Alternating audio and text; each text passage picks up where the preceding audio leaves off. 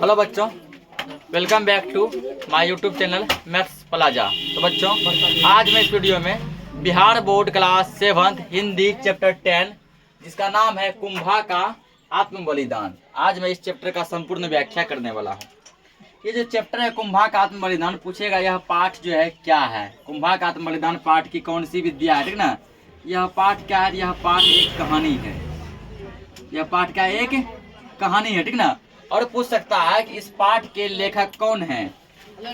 कुंभा का आत्म बलिदान जो पाठ है, इस पाठ के लेखक कौन है? तो इसके लेखक है संकलित। लेखक का क्या नाम है? संकलित। तो आज हम जो इस चैप्टर का संपूर्ण व्याख्या करने वाले हैं। तो चैप्टर का जो पहला लाइन है कि आजादी किसे प्रिय नहीं है, ठीक ना। आज के जमाने में कोई भी ऐसा व्यक्ति नहीं है जो कि किसी दूसरे आदमी का गुलाम बनाना चाहता है। चाहता है क्या? नहीं। हर एक आदमी चाहता है हम आजाद रहें, स्वतंत्र रहें और अपने मनमर्जी का करें। गुलाम हम कभी भी किसी का नहीं रहें। मनुष्यों की बात क्या करें, पशु पक्षी भी पराधीन रहना पसंद नहीं करते। तुम देखो, जो जानवर को तुम जितना ज्यादा कैद करके रखेगा, वो जानवर उतना ही ज्यादा जो है ना दुखी रहता है और दुबला पतला हो जाता है। तुम उसको खुला छोड़ो, देखो खाते पीते रहता है, हेल्दी रहता है ना। कि कोई भी जानवर तक भी है ना, पशु पक्षी भी गुलाम रहना नहीं पसंद करता, उसे भी आज़ादी चाहिए। लेकिन कभी कभी इस प्रिय आज़ादी की रक्षा के लिए प्राण भी न्यौछावर करने पड़ते हैं। तो कभी ऐसा भी कंडीशन होता है कि इसी आज़ादी के लिए हमें अपना जान भी दांव पर लगाना होता है। राजपूतों की छोटी सी रियासत है बूंदी, ठीक ना।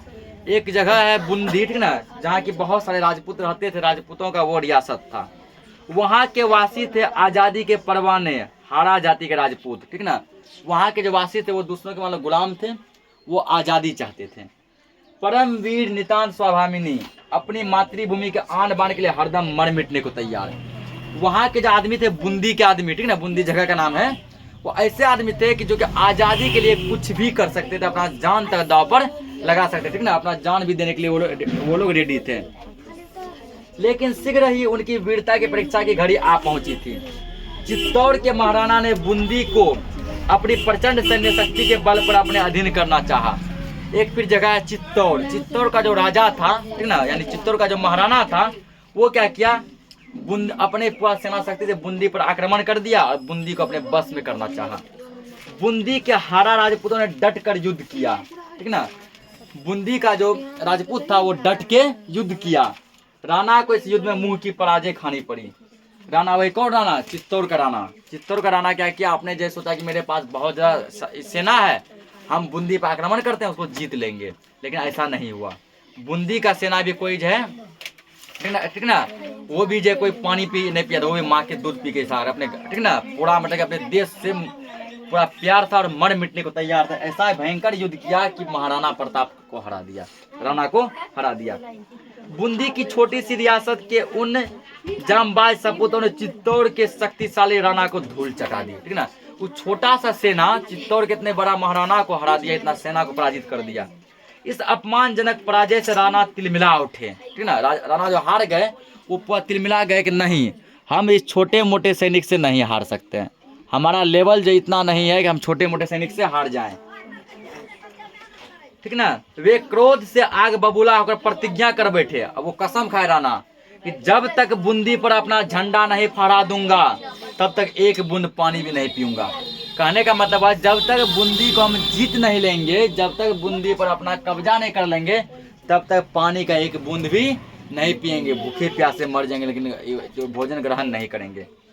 बूंदी छोटा सा राज्य सही, पर उसे चुटकियों बजाते जीता नहीं जा सकता। बस छोटा राज्य है, लेकिन कोई उसको चुटकी बजा के आसानी से नहीं जीत सकता, इतना पावरफुल है। जल्दबाजी में बिना पूरी तैयारी किए युद्ध करने का पर चित्तौड़ को भी फिर पराजय का मुंह देखना पड़ता। और जल्दबाजी में यदि फिर से युद्ध करता तो चित्तौड़ फिर हार जाता उससे। चित्तौड़ वही जहाँ के कि यहाँ महाराणा थे। पूरी तैयारी और युद्ध में काफी समय लगने की संभावना थी। ऐसा था कि चित्तौड़ और बूंदी का युद्ध होगा तो बहुत लंबे समय तक युद्ध चलेगा, 1-2 दिन का बच्चों का खेल ये नहीं है। ऐसी स्थिति में राणा की प्रतिज्ञा का क्या होगा? अब तो वो कसम खा लिए हैं, जब तक जीतेंगे नहीं तब तक खाएंगे नहीं। राणा अपनी प्रतिज्ञा से तिल भर भी डिगने को तैयार नहीं थे। वो हिलने वाले नहीं थे। मर जाएगा ठीक है, लेकिन भोजन ग्रहण नहीं करेंगे। सोच विचार के बाद एक मंत्री को यह उपाय सुझा कि बूंदी का एक नकली किला बनाया जाए, जिसे राणा जीत कर अपनी प्रतिज्ञा पूरी कर लेंगे, ठीक ना। एक मंत्री तो प्रत्येक राज्य में प्रत्येक राजा का मंत्री होता है, एक मंत्री नहीं बल्कि 5, 6, 10 मंत्री होता है, ठीक ना। एक मंत्री क्या क्या सोचते विचारते एक दिमाग लगाया कि हम लोग क्या करते हैं, बूंदी का एक नकली किला बनवा देते हैं, मतलब एक ऐसा तैयार करते हैं नक्शा जो लगे हूबहू ये बूंदी है, मतलब बूंदी जगह है, उसमें बूंदी के सैनिक हैं। फिर महाराणा प्रताप को बोलेंगे राणा जी को आप इसको जीत लीजिए, आप इसको जीत लीजिए, राणा को बोले आप इसको जीत लीजिए। राणा उसको जीतेगा तो उसको विश्वास हो जाएगा कि हो जाएगा हम बूंदी को जीत लिए हैं, ठीक ना। और वो अपनी प्रतिज्ञा तोड़कर भोजन ग्रहण कर लेंगे। यह उपाय और भी सैनिक को और भी मंत्री को अच्छा लगा, सबको ये पसंद आया। फिर तुरंत एक मैदान में बूंदी का नकली किला बनवाया गया। फिर तभी चित्तौड़ की सेना का हारा सैनिक जंगल से शिकार खेलकर लौटा था। चित्तौड़ का सैनिक जो उधर गुजरिए रहा था, किला बनते देखकर वो ठिठक गया, ठीक ना, वो हंसने लगा। ध्यान से देखकर बोला आह कितना सुंदर कारीगरी है, ठीक वैसा ही द्वार, वैसा ही परकोटा, वैसे ही बुर्ज, ठीक ना। अब ये लोग कहने लगा कि तो वैसा ही द्वार है जैसा कि हमारे चित्तौड़ में हुआ करता था, वैसा ही गेट है, वैसा ही कारीगरी है जैसा कि हमारे चित्तौड़ में है। उसको ये पता नहीं था ये तो चित्तौड़ का ही आदमी बनवाया है ना।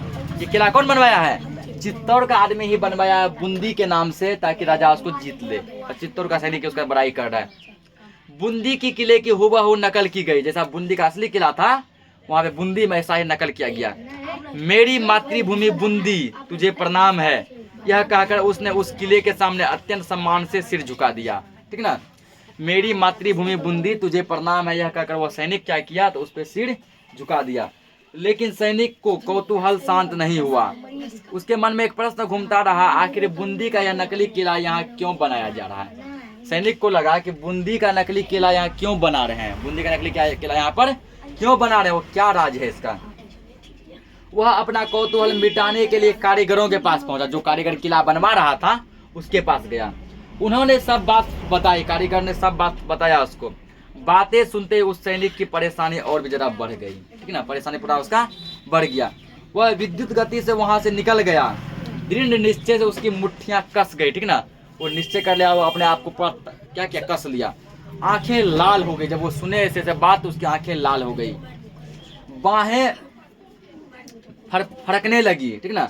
उसका ओजस्वी स्वर फूट पड़ा, यह नहीं हो सकता, बोला यह नहीं हो सकता। मेरी प्यारी मातृभूमि बूंदी, अब तक तेरा यह बेटा जीवित है, ठीक ना। बोला मेरी मातृभूमि बूंदी तेरा यह बेटा क्या है, जीवित है, तब तक तेरा यह अपमान कदापि नहीं हो सकता। कि बूंदी का ही कोई नकली सैनिक बगल से गुजर रहा था, वो सब बात सुना तो बोला ऐसे ऐसे बात है। तो बोला अपने देश से वो जो प्रतिज्ञा किया कि तुम्हारा यह बेटा अभी भी जीवित है। मैं रक्त की आखिरी बूंद शेष रहने तक अपनी मातृभूमि की रक्षा करूंगा। बूंदी का सैनिक कहता है मैं जब तक मेरे शरीर में खून का एक एक कतरा रहेगा तब तक मैं अपने देश की रक्षा करता रहूंगा। जानते हैं कौन था यह सैनिक? यह था वीर हारा राजपूत कुंभा, ठीक ना। यह सैनिक कोई और नहीं, यह सैनिक कुंभा था। यह सैनिक कौन था? कुंभा था। और कुंभा कहाँ का था? कुंभा था बूंदी का। कुंभा कहाँ का था? बूंदी का। राणा कहाँ का था? चित्तौड़ का। राणा कहाँ का था? चित्तौड़ का। इसकी मातृभूमि थी बूंदी, पर यह बहुत समय से चित्तौड़ के राणा के सैनिक में नौकरी करता था, ठीक ना। ये कुंभा जो है बूंदी का रहने वाला था, इसका देश, इसका घर बार, ठीक ना, इसकी मातृभूमि बूंदी थी। लेकिन ये चित्तौड़ में राणा के यहाँ रहता था, चित्तौड़ में राणा के यहाँ रहता था। बूंदी के कुछ और हारा राजपूत राणा की सैनिक में सैनिक थे, ठीक, राणा की सेना में सैनिक थे। बूंदी का और भी कुछ सेना थे जो राणा के यहाँ सैनिक थे। सभी परम स्वामी भक्त थे, ठीक ना, परम वीर थे सब। ये सभी राणा के लिए हरदम मरने मिटने को तैयार थे। ये सभी बूंदी के ऐसे सैनिक थे जो राणा के लिए मरने मिटने तक को तैयार थे, ठीक ना। पर अपनी मातृभूमि बूंदी को अपमानित करने का यह नाटक इसके लिए अत्यंत असहाय था। बोला कि राणा के लिए मर मिट पाएंगे लेकिन बूंदी के लिए नाटक नहीं झेलेंगे। सब चित्तौड़वासी इन हारा राजपूतों की इस नाराजगी से बेखबर थे। सब क्या थे? पूरा बेखबर थे।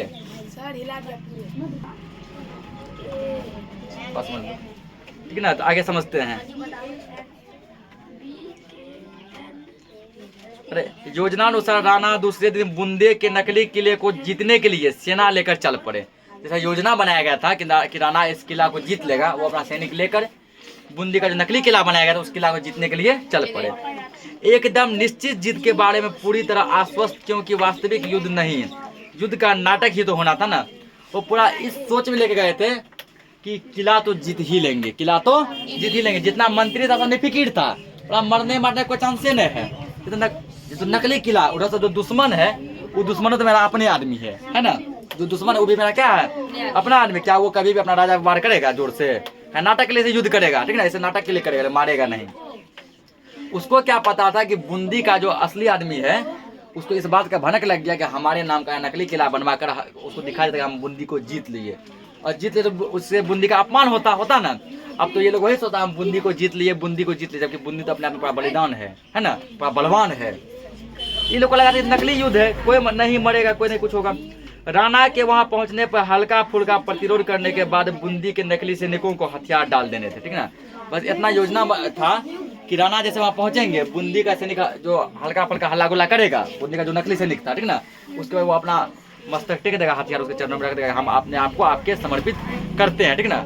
ऐसा ये योजना था, ठीक ना, ऐसा ये योजना था, ठीक ना। उसके बाद जो है, लेकिन यह क्या, नकली किले में घुसने से पहले राणा को तीरों की जोरदार बौछार का सामना करना पड़ा। जैसे नकली किला में घुसता कि अब इसको जीत लेंगे, अचानक तीर का पूरा छल्ली आया, तीर का पूरा बौछार आया, ठीक ना। तीर ठीक लक्ष्य साध कर छोड़े जा रहे थे। तीर ऐसा था जो कि टारगेट पे, लक्ष्य पे जगह लगता था। राणा ने बड़ी मुश्किल से अपने जान को बचाया, राणा अपने आप को बहुत मुश्किल से बचाया। यह सब कुछ अप्रत्याशित था, यह वह चीज हो रही थी जो सोचा नहीं गया था, जिसका कोई भी जिक्र नहीं हुआ था। कोई नहीं जान पाया यह कैसे हुआ। सब सोचा कि तो नकली युद्ध है, इसमें ऐसा कैसे हो गया। अब राणा का सेनापति यह जानने के लिए आगे बढ़ा कि माजरा क्या है। तभी अंदर से हरा राजपूत वीर कुंभा का सिंह गर्जन सुनाई पड़ा, सेनापति जी खबरदार पीछे हटिए, ठीक ना। राणा का जो सैनिक था वो पता लगाने गया अंदर कि क्या मुद्दा, ऐसा क्यों हो रहा, तीर का छल्ली क्यों आया। अंदर से आवाज आया कुंभा का, खबरदार आगे मत बढ़िएगा, हमारे जीते जी आप बूंदी के किले में पैर नहीं रख पाएंगे, ठीक ना। बोला बूंदी के किले में जब तक हम जीवित हैं आप इसको जितना तो दूर की बात है पैर तक नहीं रख पाएंगे। अंदर जाने के लिए आपको बूंदी के वीरों की लाशों पर से चलना होगा। बोला पहले जो बूंदी का वीर है इसको पहले जीतिए, तब आप अंदर जा सकते हैं। तो सेनापति बोलते अच्छा कुंभा तुम हो, अरे भाई यह बूंदी नहीं है, ठीक ना। बोला यह बूंदी नहीं है, यह तो राणा की प्रतिज्ञा पूरी कराने के लिए बनाया गया नकली किला है, बात समझो और एक तरफ हट जाओ, ठीक ना। बोला यह बूंदी नहीं है, राणा जो प्रतिज्ञा क्या ना उसको पूरा करने के लिए हम लोग एक नकली किला बनाया है, ये तुम्हारा असली बूंदी नहीं, हट जाओ यहाँ से। सेनापति जी मातृभूमि तो मातृभूमि होती है, चाहे नकली हो या असली हो। वीर अपने प्राण देकर उसकी रक्षा करते हैं, मातृभूमि नकली भी होती है, यह मैं आपसे ही सुन रहा हूँ, ठीक ना। बोला देश नकली भी होता है, मातृभूमि नकली भी होता है, ये मैं आपसे पहली बार सुन रहा हूँ। हमने राणा का नमक खाया है, हम उसके सेवक हैं, उसके लिए प्राण दे सकते हैं, ठीक ना। बोला हम राणा के नौकर हैं, हम उसके लिए प्राण दे सकते हैं, पर किसी के भी हाथों इस तरह अपनी मातृभूमि बूंदी का अपमान कदापि नहीं सहन कर सकते। बोला कि राणा के लिए जान दे देंगे लेकिन अपने देश बूंदी का अपमान नहीं झेलेंगे।